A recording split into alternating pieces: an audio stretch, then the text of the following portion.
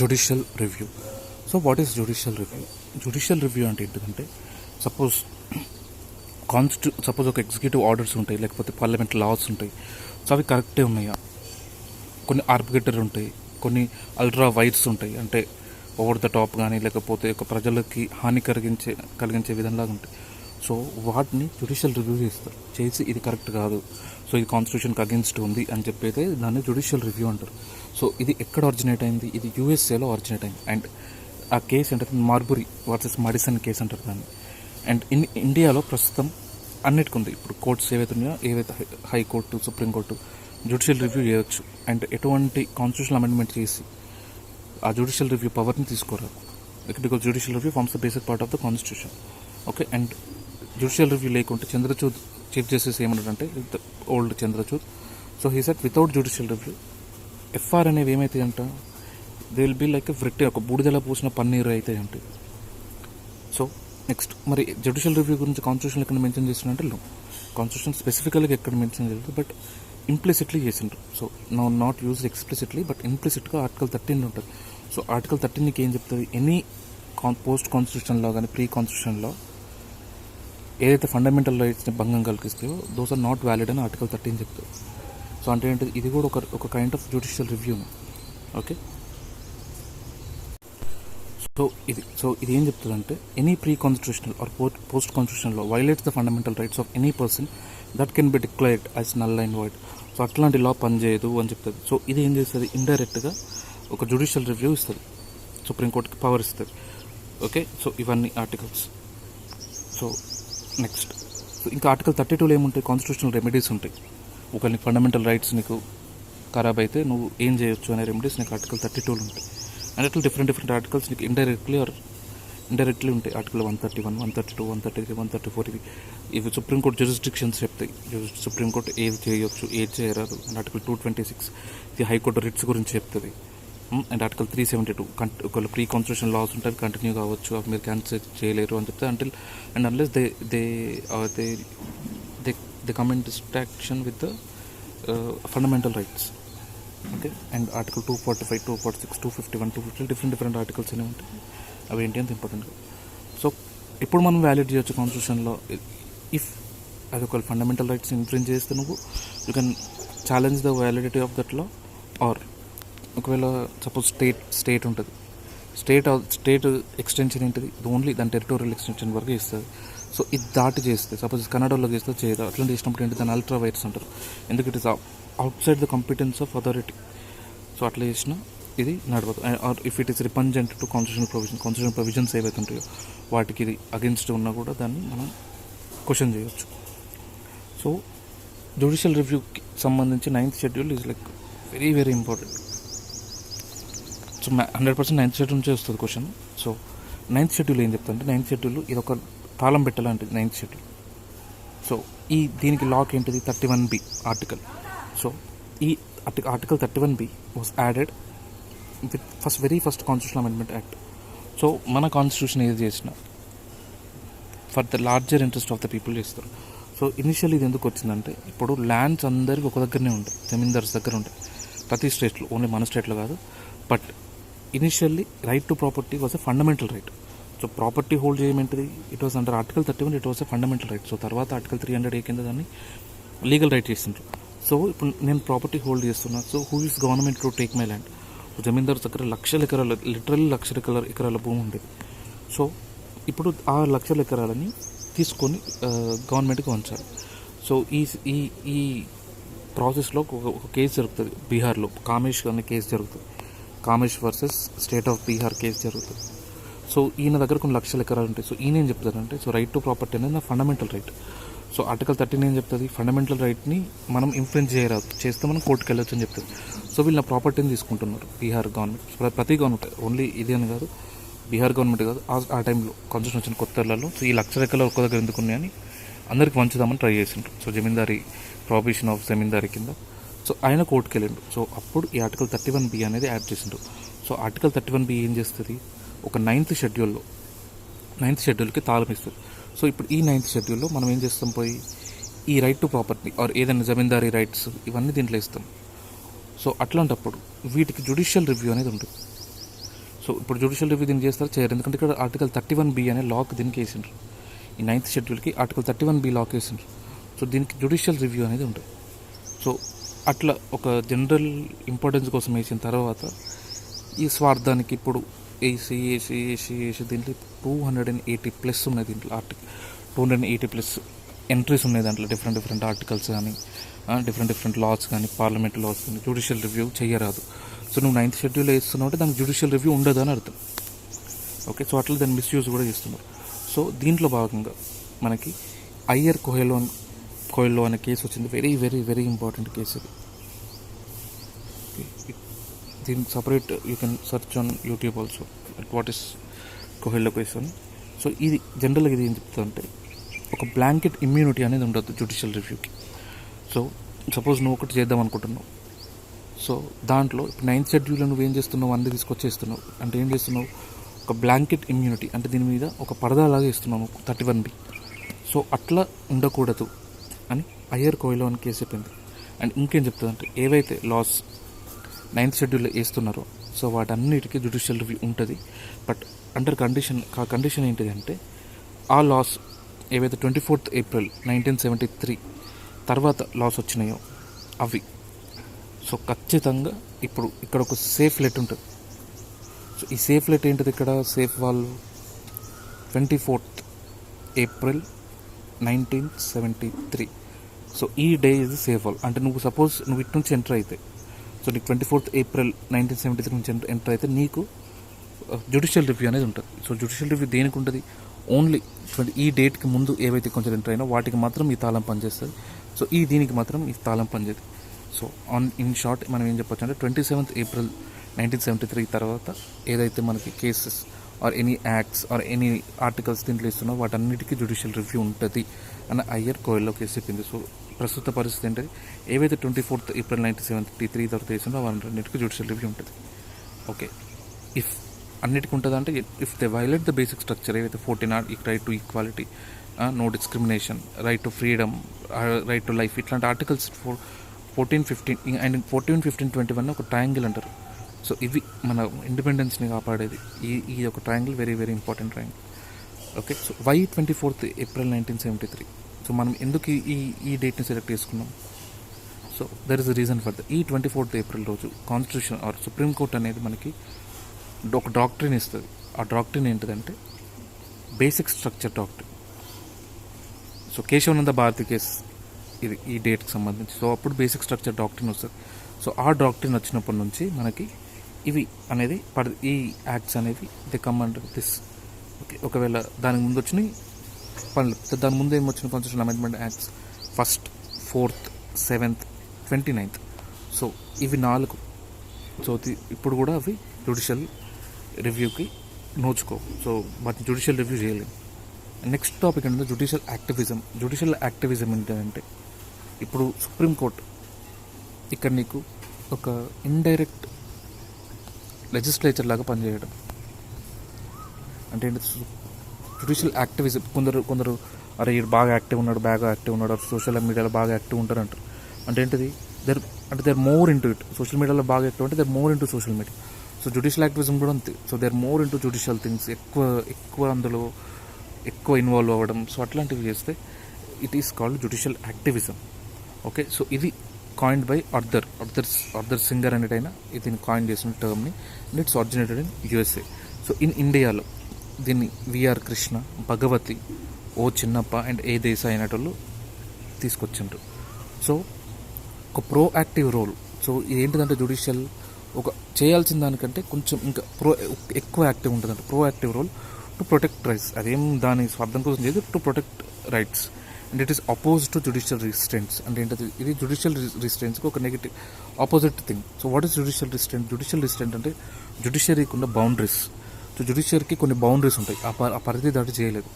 So అట్లా. So ఇప్పుడు judicial అనేది ఏంటిది, ఇప్పుడు నువ్వు ఒక లాని అది కాకుండా ఆపుతున్నావు అంటే ఏంటిది, ఇండైరెక్ట్గా నీకు నచ్చిన లాసే నువ్వు చేస్తున్నావు అని.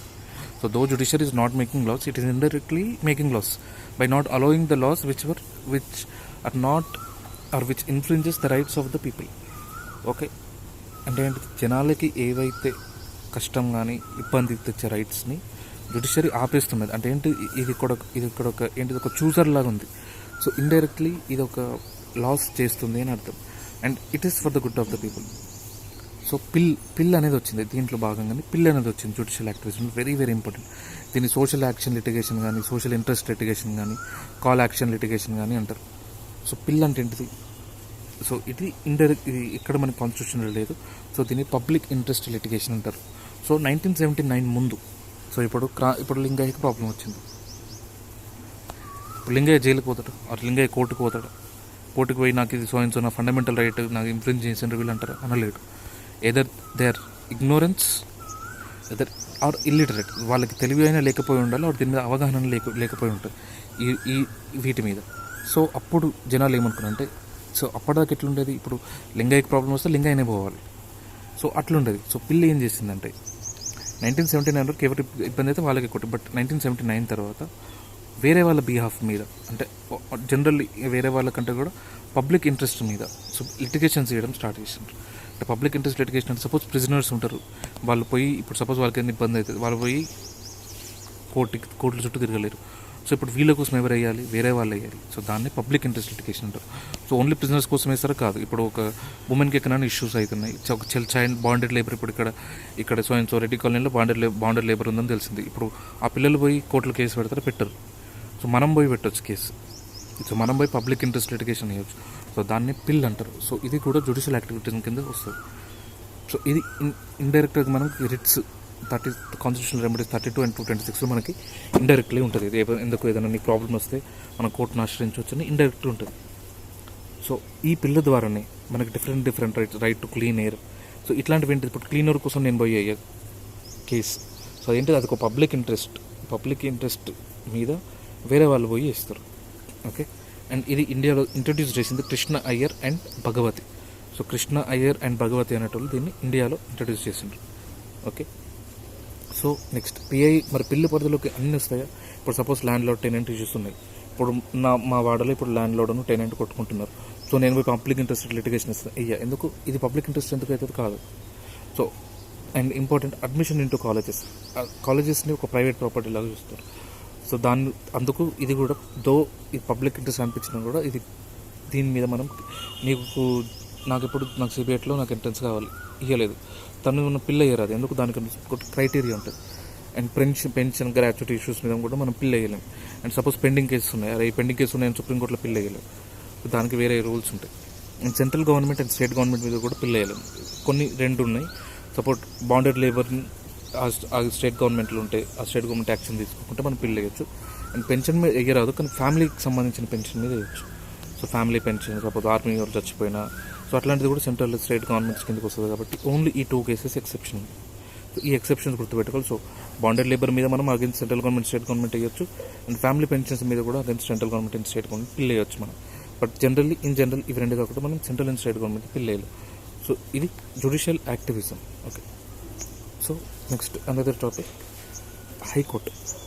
సో 6th పార్ట్లో ఉంటుంది high court from article 214 to 231. So మన దాంట్లో హైకోర్ట్స్ కేబీసీతో స్టార్ట్ అయింది, కౌన్ బనేగా కరోర్పతితో 1862లో స్టార్ట్ అయింది. సో కోల్కతా, బాంబే, చెన్నై ఈ 3తో మనకి, ఆ తర్వాత అహ్మదాబాద్ ఇవి కూడా వస్తాయి. సో ఇట్లా మన హైకోర్టు వ్యవస్థ 1862లో స్టార్ట్ అయింది. So 7th constitutional amendment act ఏం చెప్తుందంటే, ఇప్పుడు జనరల్లీ ఒక హైకోర్టు ఒక స్టేట్కి ఉంటుంది, కానీ యూటీస్లో ఉండే ఢిల్లీకి మాత్రమే సపరేట్ హైకోర్టు ఉంది. సో వేరే ప్రతి యూటీ కూడా ఇప్పుడు దేనిలో ఒకదాన్ని డిపెండ్ అవుతుంది, 2 యూటీస్ కలిపి ఒకటి ఉంటుంది. సో జమ్మూ అండ్ కాశ్మీర్కి, లడఖ్కి ఒక యూటీ ఉంటుంది, ఒక హైకోర్టు ఉంటుంది. ఇంకా ఏదైనా యూటీ, ఇప్పుడు చండీగఢ్ ఏమో ఢిల్లీ హైకోర్టు మీద ఉంటుంది, అండ్ లక్షద్వీప్ కేరళ హైకోర్టు మీద, పాండిచ్చేరి తమిళనాడు హైకోర్టు మీద. సో అట్లా డిఫరెంట్ డాడ్ అండ్ డమన్ ఇవి, నగర్ హవేలీ ఇవేమో బాంబే హైకోర్టు మీద. సో ఒక్కొక్క దాని మీద డిపెండ్ అయి ఉంటాయి. అండ్ వీళ్ళ కాంపోజిషన్, సో హైకోర్టులో ఎంతమంది జడ్జెస్ ఉండాలి, సో హైకోర్టులో ఎంతమంది జడ్జెస్ ఉండాలి అనేది ఎటువంటి స్ట్రెంత్ అనేది మెన్షన్ చేయలేరు. అండ్ అట్లీస్ట్ సుప్రీంకోర్టులో అమెండ్మెంట్స్ ద్వారా అయినా 34 members అని చెప్పాను. బట్ ఈ కాంపోజిషన్ అనేది ఇక్కడ చెప్పలేదు. అండ్ ఎంతమంది ఉండాలి అనేది ఎవరికి వదిలేసిండ్రు, it is a president's discretion. So president డిస్క్రిషన్కి వదిలేసి ఉంటే ప్రెసిడెంట్ ఇష్టం, మీకు ఎంతమంది ఉండాలనిపిస్తే అంతమంది ఉంటారు. ఓకే. అండ్ ఇది అపాయింట్ ఎవరు ఇస్తారు, very very important, it's not governor only కింది స్థాయి వాళ్ళని మాత్రమే అపాయింట్ చేస్తారు సబార్డినేట్ కోర్ట్స్కి. అండ్ మిగతావన్నీ judges, high court judges are appointed by president, and president he consults high court and chief justice of high court and chief justice of India. Okay, and దీనికి ఇక్కడ ఉంది ఆల్రెడీ మాట ఇదేంటి పప్ప. So chief justice of high court by president, chief justice of India and governor. So వీళ్ళనైనా consult చేస్తారు. So before appointing judges.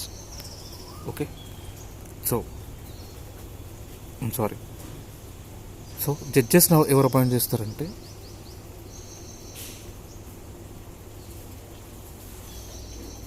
So first జడ్జెస్ని appoint చేసే ముందు చీఫ్ జస్టిస్ని అపాయింట్ చేయాలి of high court.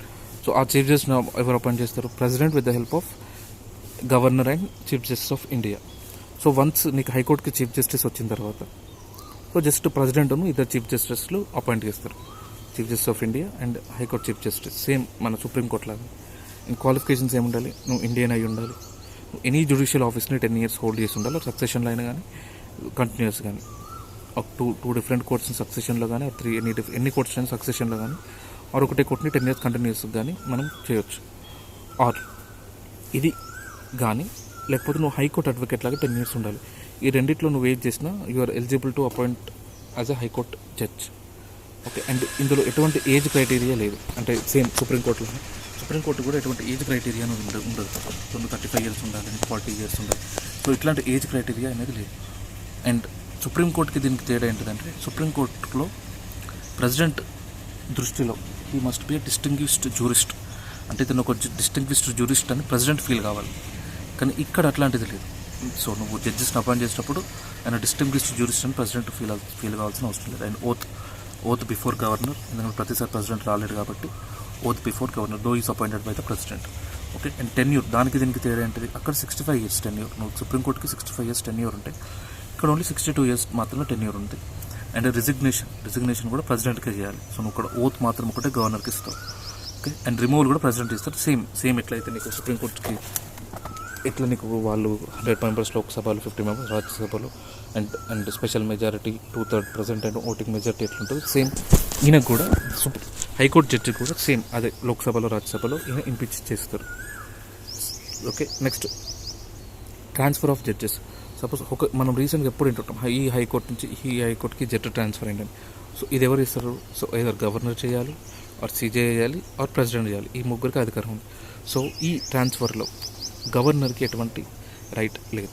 So only CJI and president మాత్రమే transfer of judges అనేది చేస్తారు. Okay, and third judges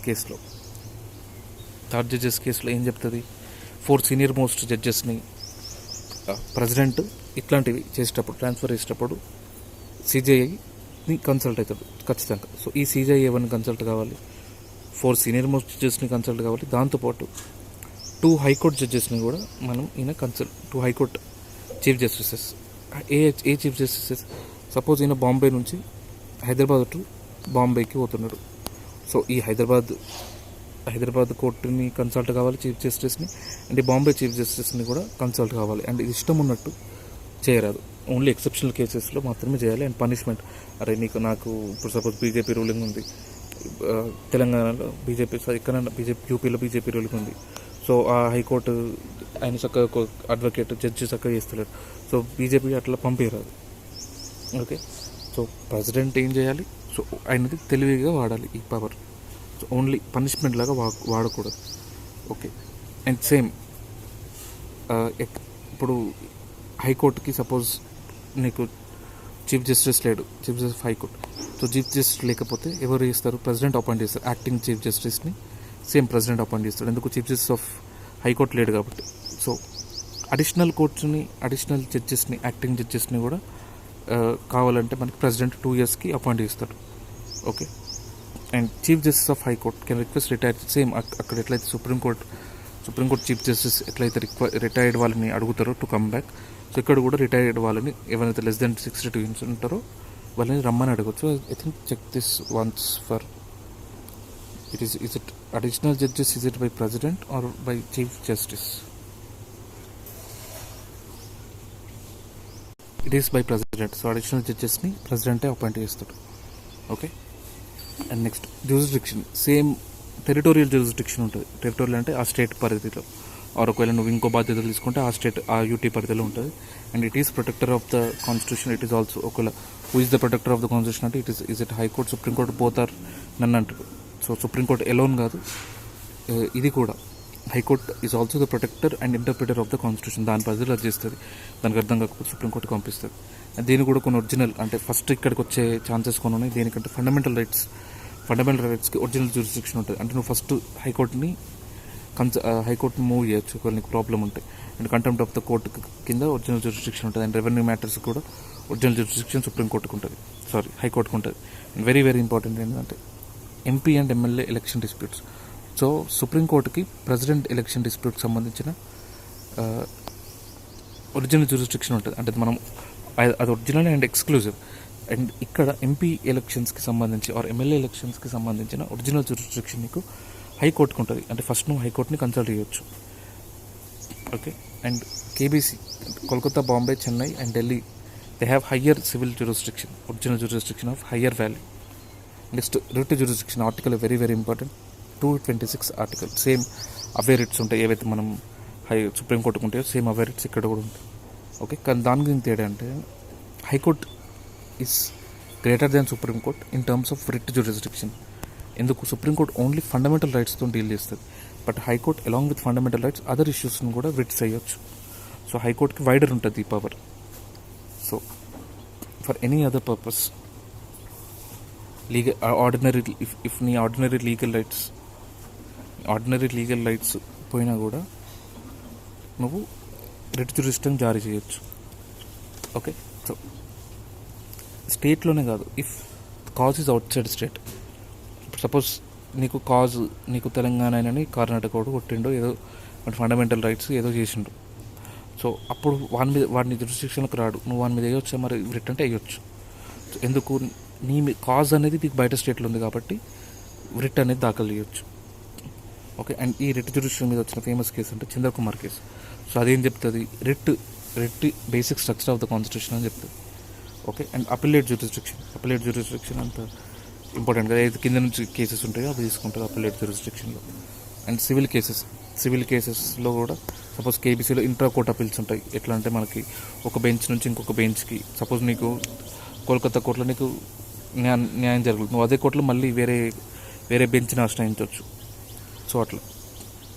okay. And అది అపిలేట్ జ్యూరిస్డిక్షన్ కింద వస్తుంది.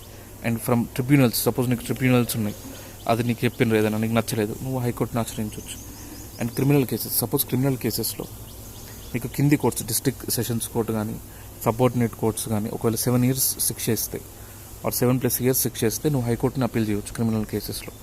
ఆర్ నీకు generally district courts death sentence అయ్యేది.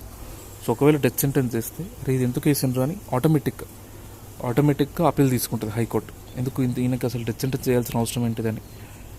సో అట్లా క్రిమినల్ కేసెస్లో కూడా మనకి అపిలేట్ జ్యూరిస్డిక్షన్ ఉంటుంది. And judicial review both central state గవర్నమెంట్స్కి సంబంధించిన లాస్ని జ్యుడిషియల్ రివ్యూ హైకోర్టు కూడా చేయొచ్చు. Okay. And same court of record, వీటన్నిటిని రికార్డ్ చేస్తారు.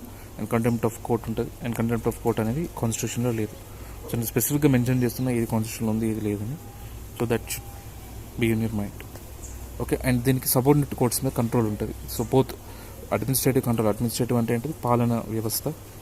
సో పాలన పరంగా కంట్రోల్ ఉంటుంది అండ్ జ్యుడిషియల్ పరంగా కూడా కంట్రోల్ ఉంటుంది వాటికి. ఓకే. ఎట్లా అంటే సపోజ్ గవర్నర్ ఉంటాడు.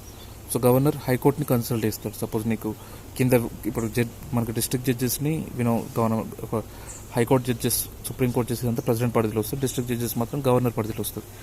సో ఈ గవర్నర్ ఆయన అపాయింట్ చేయడు. He consults high court. So high court ఒకసారి కన్సల్ట్ అవుతారు. Specific high court chief justice consult అయ్యి మరి వీళ్ళని చేయొచ్చా వీళ్ళని చేయరాదా అది సబార్డినేట్ కోర్ట్స్ మీద అట్లా హైకోర్టుకి కొన్ని అధికారాలు ఉంటాయి. ఓకే. అండ్ సబార్డినేట్ కోర్టులో ఏదైనా క్వశ్చన్ ఆఫ్ లా, ఏదైనా లాకి సంబంధించిన క్వశ్చన్ ఏదైనా వస్తే హైకోర్టు తీసుకుంటుంది అండ్ దానికి ఆన్సర్ ఇస్తుంది. And it's law is all binding on all subordinate courts, same supreme court లాగానే. అండ్ కొన్ని సూపర్వైజ్ కూడా చేస్తుంది కోర్ట్స్ని. మిలిటరీ కోర్ట్స్ తప్ప మిగతా ఏవైతే కోర్ట్స్ ఉంటాయో వాటిని సూపర్వైజ్ చేస్తే సోమోటోగా తీసుకుంటుంది ఏదైనా మంచిగా చేయకుండా. అండ్ ఈ కోర్ట్స్కి, హైకోర్ట్స్కి డైరెక్ట్ అడుగుతారు. ఎట్లా అంటే ఇప్పుడు which of the following high courts has 1+ jurisdiction అని అడుగుతారు. సో బాంబే హైకోర్టుకి మహారాష్ట్రని బాంబే హైకోర్టు చూసుకుంటుంది, గోవాని బాంబే హైకోర్టు చూసుకుంటుంది, Daman and Diu and Dadra and Nagar హవేలీని బాంబే హైకోర్టు చూసుకుంటుంది. సో 4. అండ్ కలకత్తా హైకోర్టు ఏమో వెస్ట్ బెంగాల్ని అండ్ అండమాన్ నికోబార్ ఐలాండ్స్ని చూసుకుంటుంది. అండ్ గౌహతి ఏమో అస్సాం, నాగాలాండ్, అరుణాచల్ ప్రదేశ్ అండ్ మిజో ఇవన్నిటిని గౌహతి చూసుకుంటుంది. అండ్ కేరళ అండ్ లక్షద్వీప్ని కేరళ చూసుకుంటుంది. అండ్ మద్రాస్ తమిళనాడు అండ్ పుదుచ్చేరిని మద్రాస్ చూసుకుంటుంది. అండ్ చండీగఢ్ హైకోర్టు పంజాబ్, హర్యానా, చండీగఢ్ వీటిని చండీగఢ్ హైకోర్టు చూసుకుంటుంది. సో కేబీసీతో పాటు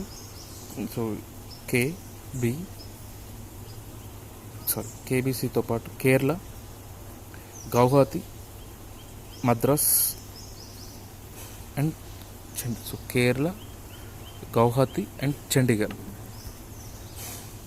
కేబీసీతో పాటు కేజీసీకి, కే అంటే కేరళ, జే అంటే గౌహతి అండ్ సి అంటే చండీగఢ్. సో కేజీసీకి కూడా మనకి అడిషనల్ పవర్ అనేది, అడిషనల్ బెంచ్ అనేది, అడిషనల్ బెంచ్ కాదు ఒకటే బెంచ్ ఉంటుంది, అడిషనల్ రెస్పాన్సిబిలిటీ అనేది ఇచ్చిండ్రు. సో ఇది ఇంపార్టెంట్, ఖచ్చితంగా గుర్తుండాలి. ఈ స్టేట్స్ గుర్తుండకుండా అట్లీస్ట్ ఇవన్నీ గుర్తుండాలి. సో ఏ స్టేట్స్కి డబల్ ఉంది మనకి అని. సో దీనికి సంబంధించి కొన్ని ఇంపార్టెంట్ ఆర్టికల్స్. 214 ఆర్టికల్ ఏం చెప్తుందంటే there shall be high court. So స్టేట్స్కి ఒక హైకోర్టు ఉండాలి అని 214 ఆర్టికల్ చెప్తుంది. అండ్ 215 ఏం చెప్తుందంటే court of record. So high court should be court of record అని 215 చెప్తుంది. అండ్ 217 ఏమో హైకోర్టు జడ్జి గురించి చెప్తుంది. అండ్ 222 ఏమో ట్రాన్స్ఫర్ ఆఫ్ హైకోర్టు జడ్జెస్ గురించి చెప్తుంది. And 226 very very important writ గురించి చెప్తుంది.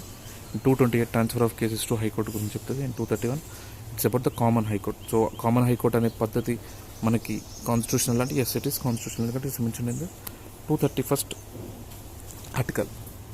Okay, so this is about judiciary, entire judiciary. And we should also know about writs, different writs ఏమన్నాయి ఒకసారి చూసుకోవాలి. హేబియస్ కార్పస్ అట్లాంటి రిట్స్ ఉంటాయి. అండ్ సుప్రీంకోర్టుకి సంబంధించిన రీసెంట్ జడ్జిమెంట్స్ ఒకటి దట్ విల్ బి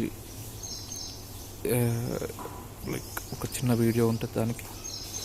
అండ్ ఇంకా నేషనల్లో ఒక 5-6 ఇంపార్టెంట్ ల్యాండ్ మార్క్ జడ్జిమెంట్స్ ఉంటాయి. సో అవి కూడా మనం చూసుకోవాలి.